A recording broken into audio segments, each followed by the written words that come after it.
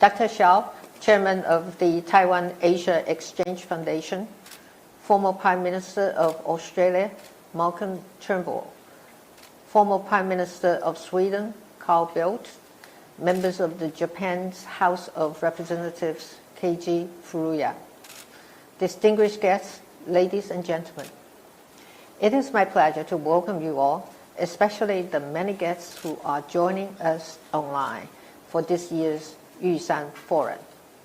I am also delighted that a number of international friends who are unable to attend in person have for the first time taken the initiatives in recording messages for this important event. This year marks the fourth edition of the Yusan Forum, which serves as a dynamic platform to promote dialogue and deeper cooperation between Taiwan and its partners in the South and Southeast Asia, as well as Australia and New Zealand. This year is a particularly challenging year due to the COVID-19 pandemic. This pandemic has fundamentally altered how we live, think, and behave. Thanks to advanced technology, the internet, and Taiwan's success in containing COVID-19, we are able to convene the Yusan Forum this year. Through video conferencing, the forum participants will discuss regional development cooperation and global governance issues in the post-pandemic era. We will also explore how the new southbound policy can enhance collaboration between Taiwan and partner countries once the pandemic has subsided. In recent years, the Indo-Pacific region has accounted for 50% of the world trade and 60% of global gross domestic product. The region now plays a pivotal and increasingly influential role in the development of global industrial supply chains. However, the escalation of strategic competition in the international arena has produced major changes in the geopolitical and economic landscapes of the Indo-Pacific. Our democratic system and security continue to face persistent military threats and provocation from particular sources. As the COVID-19 pandemic continues to ravage the globe, these developments pose unprecedented challenges to our shared prosperity and way of life. Due to the COVID-19 pandemic, countries worldwide are facing industrial supply chain restructuring, stagnant economic growth, constrained movement of people across borders, lack of market confidence, and many other serious issues. During all of this, Taiwan has maintained a relatively strong position in Asia and the world through the concerted efforts of our compassionate and resilient people. We have safeguarded our democracy, overcome persistent security threats, and weathered economic challenges. We are able to quickly respond to the rapid changes in the global environment through organizational efficiency, respect for professionalism, and decisive leadership. We have leveraged our democratic system, universal health insurance and medical care system, as well as our experience in combating SARS in 2003, to implement a comprehensive government command system to fight the coronavirus. Our endeavors are also underpinned by integrated cross-ministerial resources and capabilities, public-private sector cooperation, big data, and smart technologies. Our approach in containing and preventing the spread of coronavirus has been proactive, decisive, and most importantly, transparent. As of this week, Taiwan has approximately 500 confirmed cases, while related deaths remain in single digits.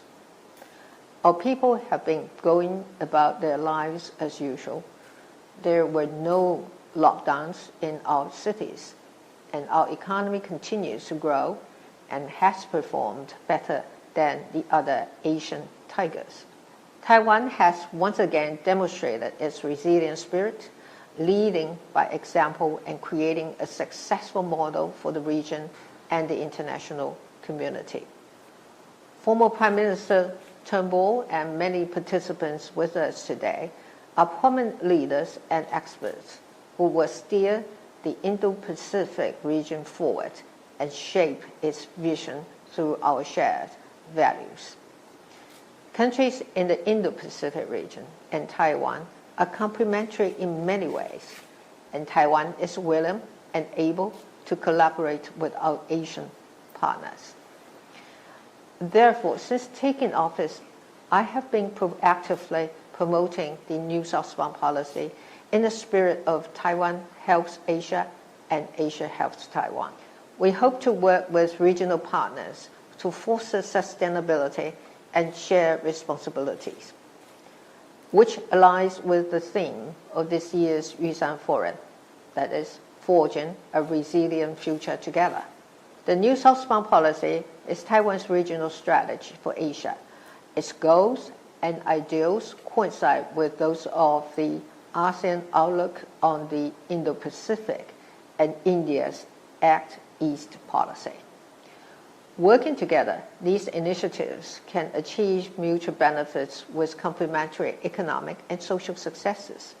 Taiwan has donated millions of face masks as well as protective suits and pandemic prevention supplies to our new southbound policy partner countries. In addition, Taiwan and some of its partner countries have established a strategic alliance to ensure the supply of raw materials for pandemic prevention products. With that, we are actively working to fight COVID-19 together. One of the most important goals of the new southbound policy is to ensure sustainable prosperity for the Asian community. Since 2016, Taiwan has signed more than 70 agreements and memorandums of understanding with new southbound policy partners to bolster cooperation in diverse areas such as the economy, trade, education, agriculture, science, and technology. And despite the pandemic, we have continued to enjoy robust trade with these countries.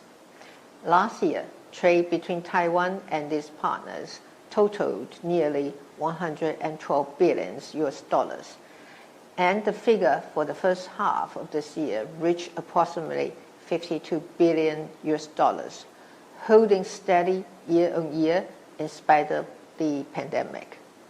When it comes to education collaboration, more than 53,000 students from the region studied in Taiwan last year, and the number of students in industry, academia, collaboration programs also increased significantly.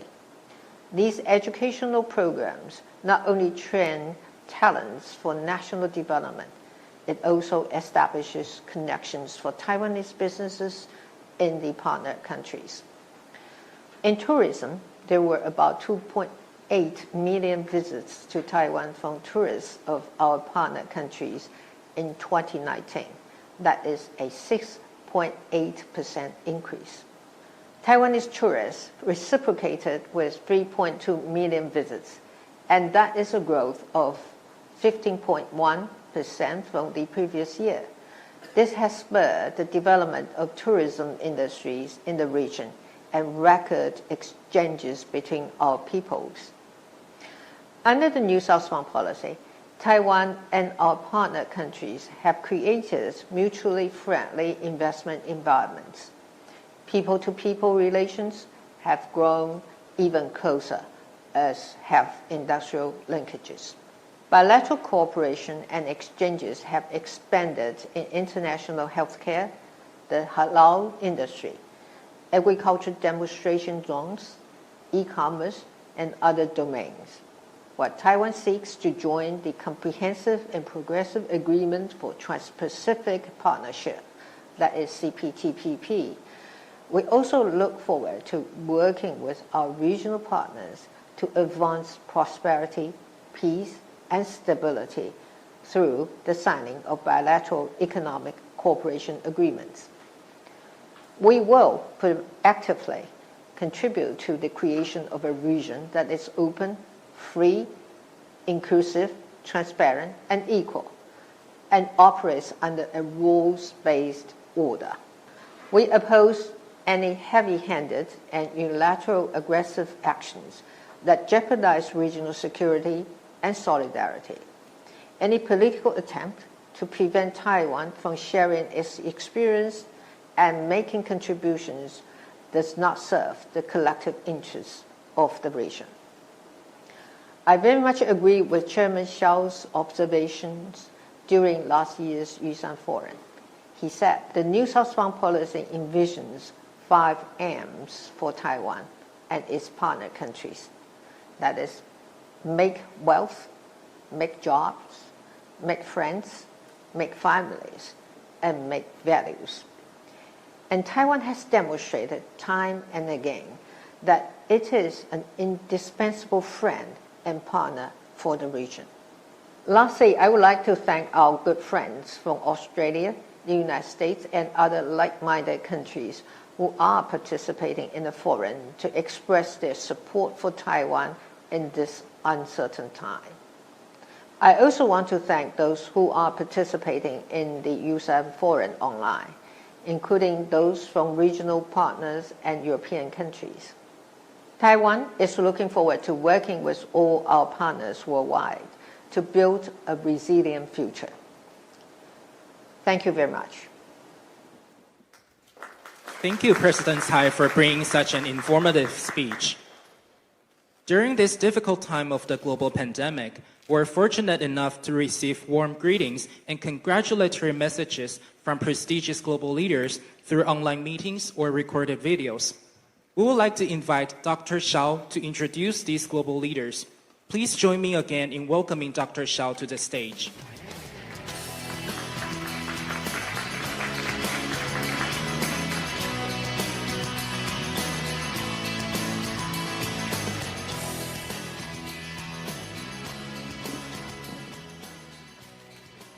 Once again, before we proceed, I would like to specially welcome distinguished diplomats, representatives of our friendly countries who are present here.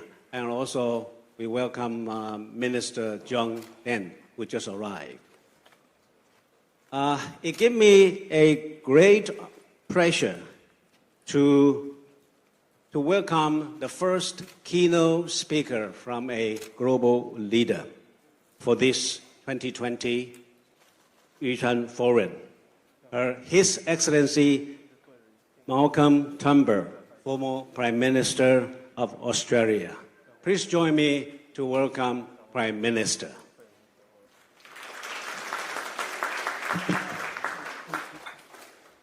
Thank you very much, Dr. Michael Shao, Chairman of the Taiwan Asia Exchange Foundation. Your Excellency, President Tsai Ing-wen, Mr. Wellington Koo, Secretary General of the National Security Council, Dr. Joseph Wu, Minister of Foreign Affairs, good morning to all of your distinguished guests and attendees at the Yusan Forum. It's wonderful to be speaking to you. Thank you so much for inviting me to be here today. My only regret is that I cannot be there with you in person. The COVID-19 pandemic, of course, as the President just observed, has disrupted the world, inflicted enormous suffering around the world, but as Taiwan has demonstrated, with ingenuity, with innovation, it can be grappled with and successfully. Today, the global community is looking at Taiwan more closely than ever before, and not because of increasing cross-strait tensions. COVID-19 has taken 1 million lives to date around the world, at least 1 million, over 20% of them in the United States alone. And the world is facing the harshest economic shock since the Great Depression. It is almost unprecedented for every community in the world, large and small, to be presented with the same challenge at the same time.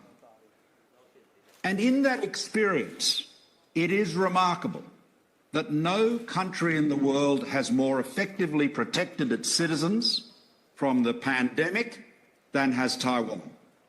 Thanks to swift and decisive action well before the pandemic was confirmed in China, Taiwan has had only 521 confirmed cases and 7 deaths. There have been no locally acquired infections recorded for months. Now, the response of Australia's governments have been very effective too, especially when compared to Europe or the United States. But it cannot compare to the achievement that you have sustained in Taiwan. Now, as Australia's Prime Minister, one of my signature economic policies was the National Innovation and Science Agenda. We live today in the most exciting times, sometimes the most terrifying times, but they are times where the pace and scale of change is without precedent. Now, in these times of rapid change, we have to make volatility our friend and constantly reimagine not just how we do business, but how we govern. So I was fascinated to learn how Taiwan was able to leverage open data and open governance to empower its citizens to protect themselves and each other. As your digital minister, Audrey Tang, has said, in a technologically vested democracy, if you give people data, as you do with platforms like VTaiwan, you give them the power to write their own fate and that of their nation. And what is most remarkable about Taiwan's world's best response is that it has been achieved in an open, vibrant democracy matched by a culture of collaboration and enhanced civic engagement. Congratulations, Madam President.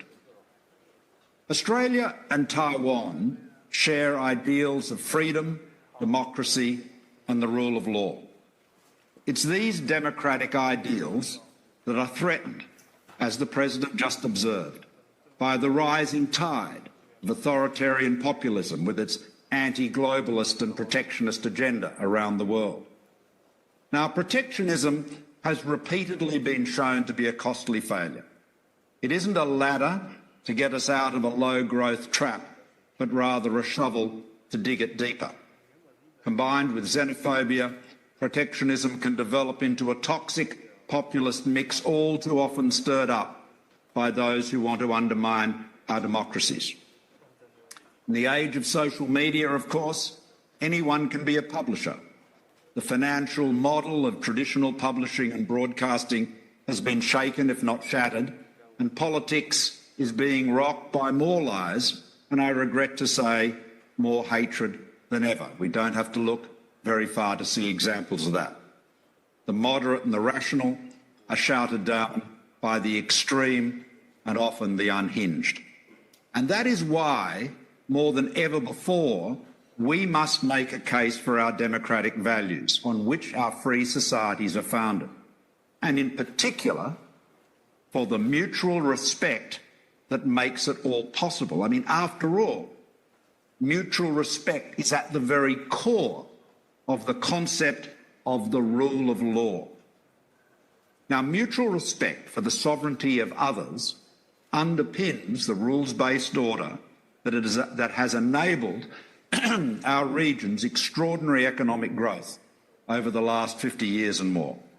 But we know we cannot take any of it for granted.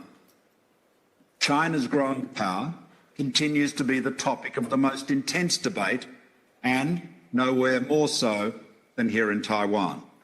In a little more than a generation, over 800 million Chinese people have been lifted out of poverty. The scale and speed of China's transformation is unprecedented in all of human history. And the wealth that China has created is not limited to its own people. After joining the WTO in 2001, it's become the largest trading partner of over 100 nations, including Australia. We send nearly a third of all our exports by value to China. Now, with its growing market economy, and rising middle class. The hope was, the expectation was, that China would become a more liberal, even democratic society and match to some extent the transition that has occurred so successfully in Taiwan. And yet, what we are seeing today is China under President Xi Jinping, which has become more authoritarian at home and more aggressive abroad. Dissent, real or imagined, has been brutally put down in Xinjiang, where 1 million Muslim Uyghurs are being re-educated, I use that term advisedly, in detention centres. The freedoms guaranteed to Hong Kong in 1997, as we've seen, have been brutally suppressed. China's economic growth has been matched by an increase in investment in defence capabilities, with the goal of matching and then surpassing those of the United States. But China's growing power is not only found in fleets and armies, but much more so, more potently in fact, in RMB and dollars. Countries that displease China have been threatened with economic consequences. It might be boycotting Japanese retailers or stopping tourism to South Korea, as we've seen recently in Australia holding up beef exports and slapping tariffs on wine. On the other hand, and especially in the developing world, billions are being offered for infrastructure through the Belt and Road Initiative. And at a grittier level, the United Front Work Department coordinates political influence operations around the world by controlling, one way or another, almost all Chinese language media outside China, seeking to mobilise support among the Chinese diaspora in countries like Australia, and of course, making donations to politicians, as well as ensuring there are lucrative commercial opportunities after they leave office.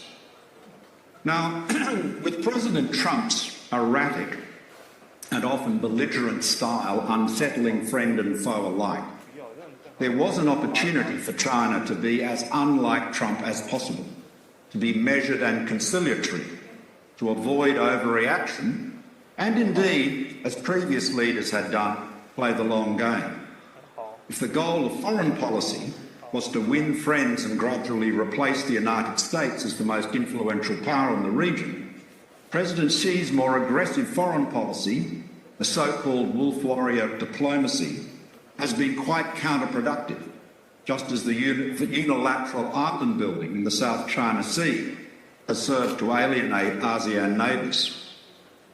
Now, the principle my government followed was simply to assert and defend our nation's sovereignty and to manage our relationship with China respectfully and constructively, while at the same time prudently protecting our national security. My decision to ban Huawei and ZTE, for example, from the 5G rollout was not a political one, nor was it dictated from Washington. After careful technical analysis, we can conclude that because of the virtualization and distributed intelligence in a 5G network was not practically possible to mitigate the risk of high-risk vendors. The core, in other words, was no more. The distinction between the core and the edge, radio access network, was no longer a viable one in the 5G environment. Now, a threat, after all, is the combination of capability and intent. Capability can take years to put in place. Intent can change in a heartbeat. So the Huawei decision was not an accusation that the company was acting in a manner adverse to our interests, but rather a recognition that its capabilities could be so used and, if required, by the Chinese government would be. In other words, it wasn't the identification of a loaded gun, it was the identification of a loaded gun, not a smoking one.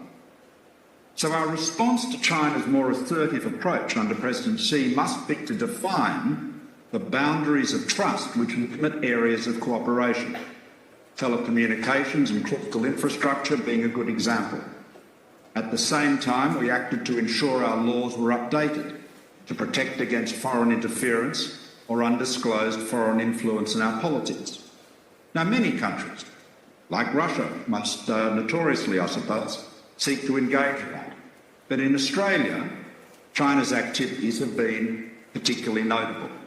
Now, these foreign interference and foreign influence laws enacted in 2018 were vociferously objected to by Beijing, but without trading inflammatory rhetoric with the Global Times, for example, we quietly ensured they were passed into law, making unlawful efforts by foreign governments or political parties to corruptly, coercively or covertly influence our public affairs. For the future, we must maintain our commitment to our democratic values and sovereignties. They should not ever be for sale. It's important to remember, too, that in the imperial capital, they regard deference as their due. Regular threats of trade sanctions must be stared down. The buckle in the face of them will only ensure more to come. Reaction or retaliation should also be very carefully calibrated. There is no point getting into a cycle of indignation. Equally, we must not be mesmerised by the great powers. Our region in particular contains many powerful economies, including Japan, the world's third largest national economy, and G20 members, South Korea, Indonesia, and Australia, as well, of course, as Japan and China. We have to continue to build a multipolar world and see our region not as a series of spokes ending in Washington and Beijing, but as a mesh which is strengthened by multilateral agreements and relationships. That's why I made stronger ties with Japan, ASEAN, especially Indonesia, and, of course, India as well, another G20 member. A key objective of my foreign policy, a strategy continued by my successor. Indonesia, for example, is the fourth largest nation by population, and within a decade will be the fifth largest national economy. Demography is destiny. Now, cooperation is key here. We must continue to work together.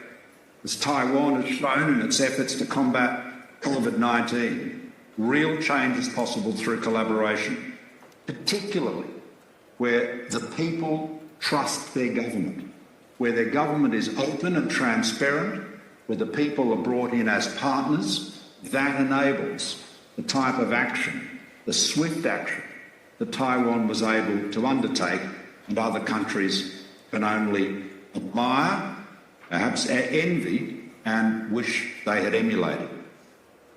Now, that's why events like the Yushan Forum are so important. We must continue to expand the opportunities for cooperation and facilitate the exchange of ideas, talent, technologies and social initiatives. That's what's fundamental to our democracy. That's what will keep our region strong. That's what will ensure the peace and the prosperity in our region for the years to come. That's what will ensure that we don't move into a world where might is right, where, as Lee Kuan Yew warned back in the 1960s, where you have the big fish eats the little fish and the little fish eat the shrimps. That's not the world we wish to live in, whether it is domestically in our own societies or internationally. The rule of law, mutual respect are the keys, and that's why we must work together in the region as a mesh of countries with shared values to protect our sovereignty. Thank you very much.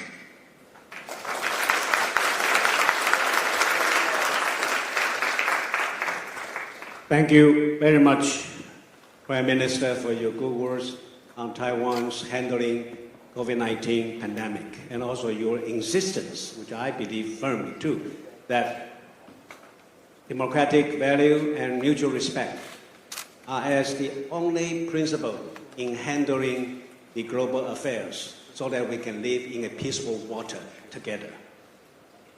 Now, let me welcome the second keynote speaker for 2020 Yushan Forum. And it gives me a pleasure to welcome, please join me to welcome former Prime Minister of Sweden, His Excellency Carl Bildt.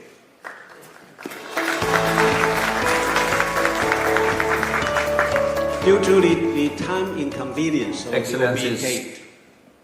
dear friends, let me start, of course, by extending my thanks for this very honourable invitation to address you, but also to say at the same time that, of course, I profoundly regret not being with you in Taipei today, both for the conference and discussions there itself, but also the informal discussions among friends from different parts of the world that are so important when it comes to developing not only friendships further, but also share experience, learn from each other, and develop new bonds.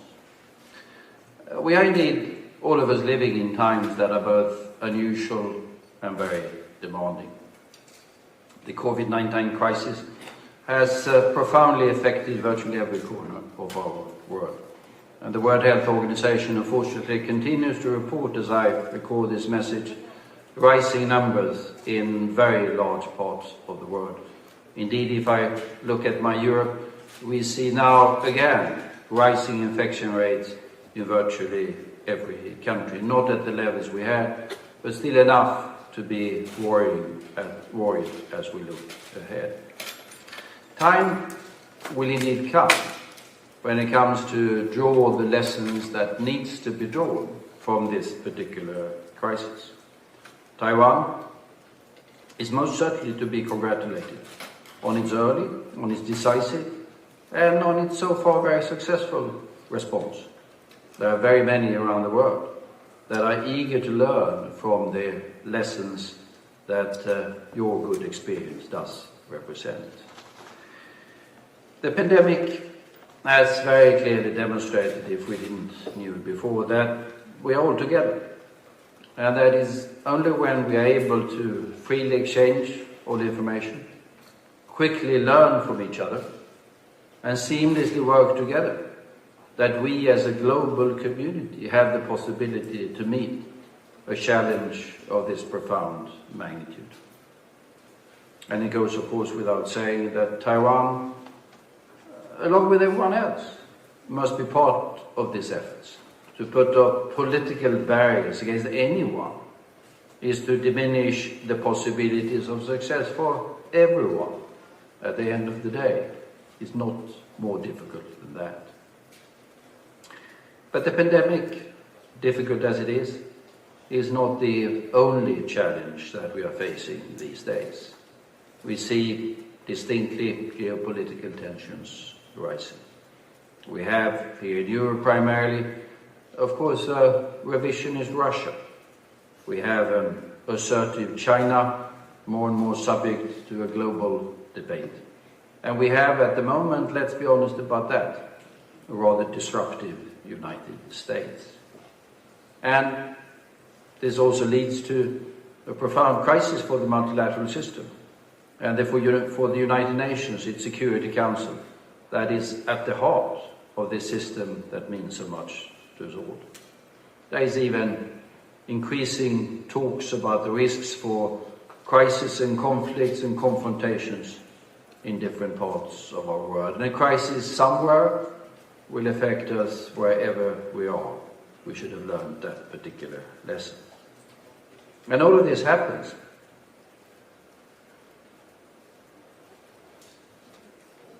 when new digital age. And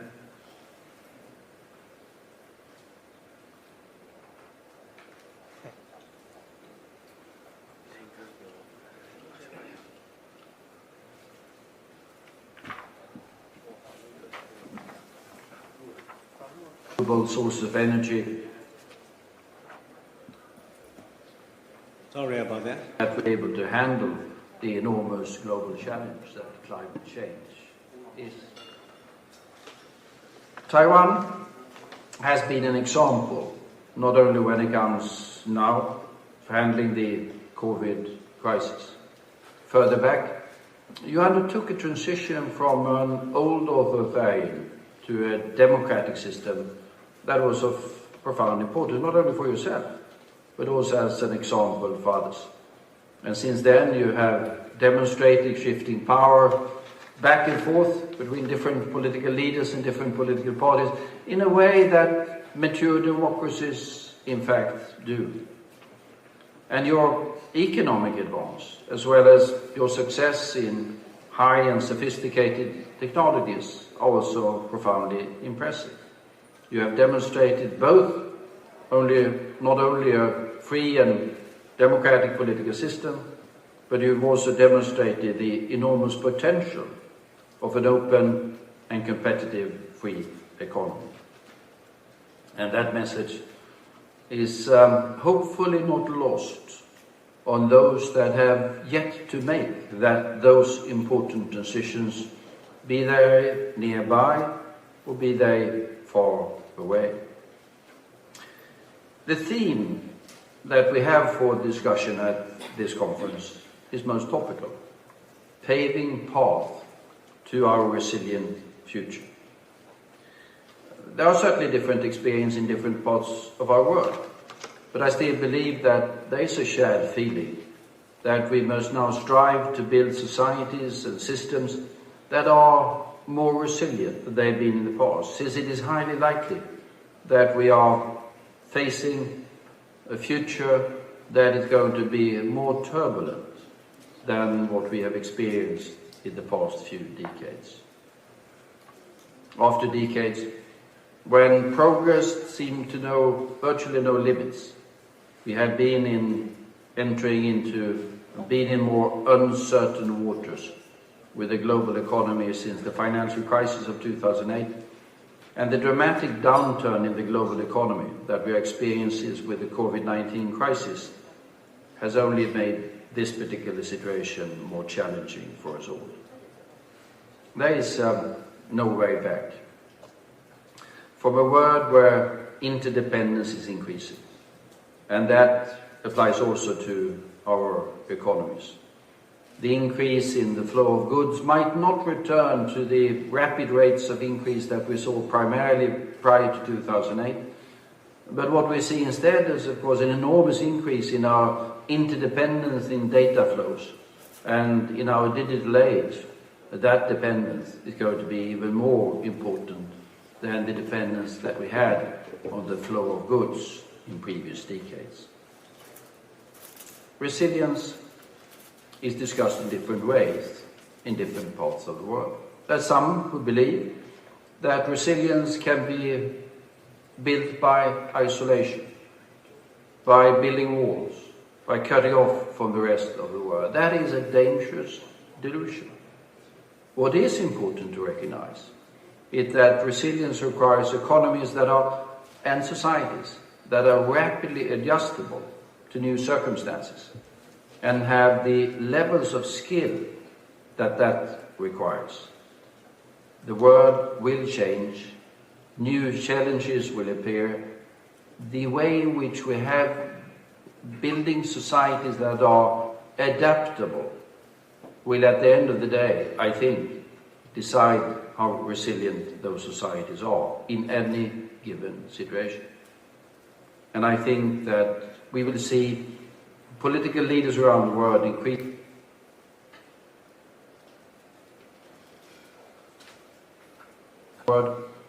Taiwan should be fairly well positioned for this development.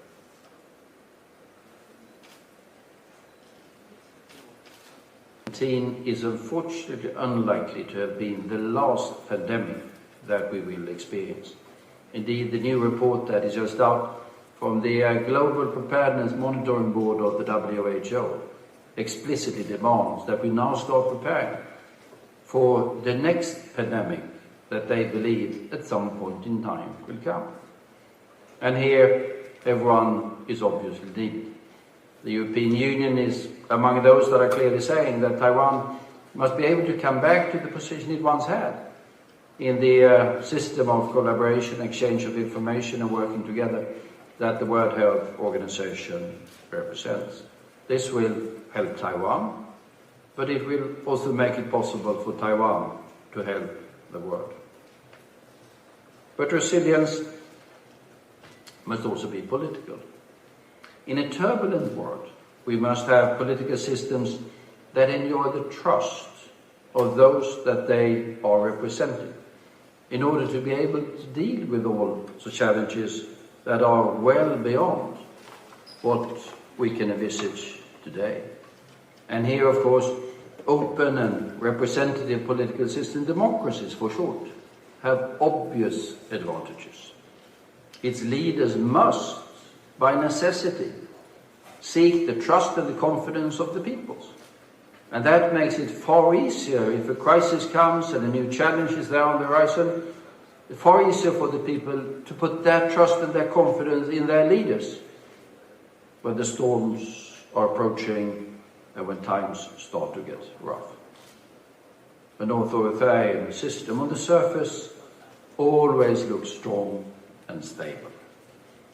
But all of the experience of history is that they can be very brittle, as they don't necessarily enjoy the trust and the confidence of the people that is really necessary when it comes to handling also difficult issues.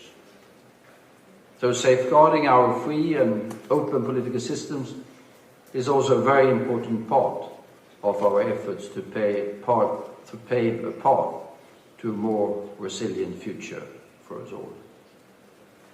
These and very many other issues I had hoped to be able to discuss with all of you in Taipei during a couple of interesting days. But now we are where we are, and we must utilize the new technologies, these new means of communication, to trying to exchange experience that we can under these circumstances. But I sincerely look forward to the days when I can be in person in Taipei. And in the meantime, I wish you all the luck in all what you're doing and in the discussions during the next hours and days. Thank you.